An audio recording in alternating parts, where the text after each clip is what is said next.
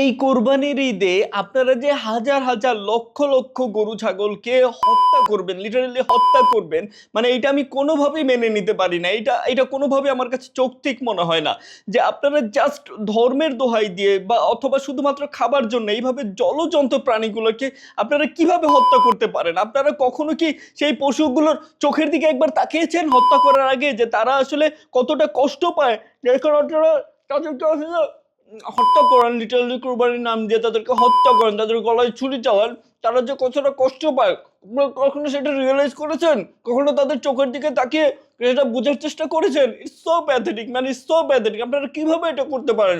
আমি এটা কোনোভাবে মেনে নিতে পারি না যে আপনারা জাস্ট ধর্মের দোহাই দিয়ে অথবা খাবার জন্য আপনারা হাজার হাজার লক্ষ লক্ষ গরু বা ছাগল বা উট দুম্বা যেটা পশুগুলোকে আপনারা এইভাবে হত্যা করতেছেন। মানে এটা এটা আমি কোনোভাবেই মেনে নিতে পারি না। আমার স্টেকটা হয়েছে, মানে এটা কিভাবে? এই যে আধুনিক যুগে এসে এত আধুনিক, এত এই যে এআই এর যুগে, এত আধুনিক যুগে এসে মানুষেরা কিভাবে করতে পারে? মানে আমি কোনোভাবে মেনে নিতে পারি না। ইটস সো প্যাথেটিক, মানে সো প্যাথেটিক।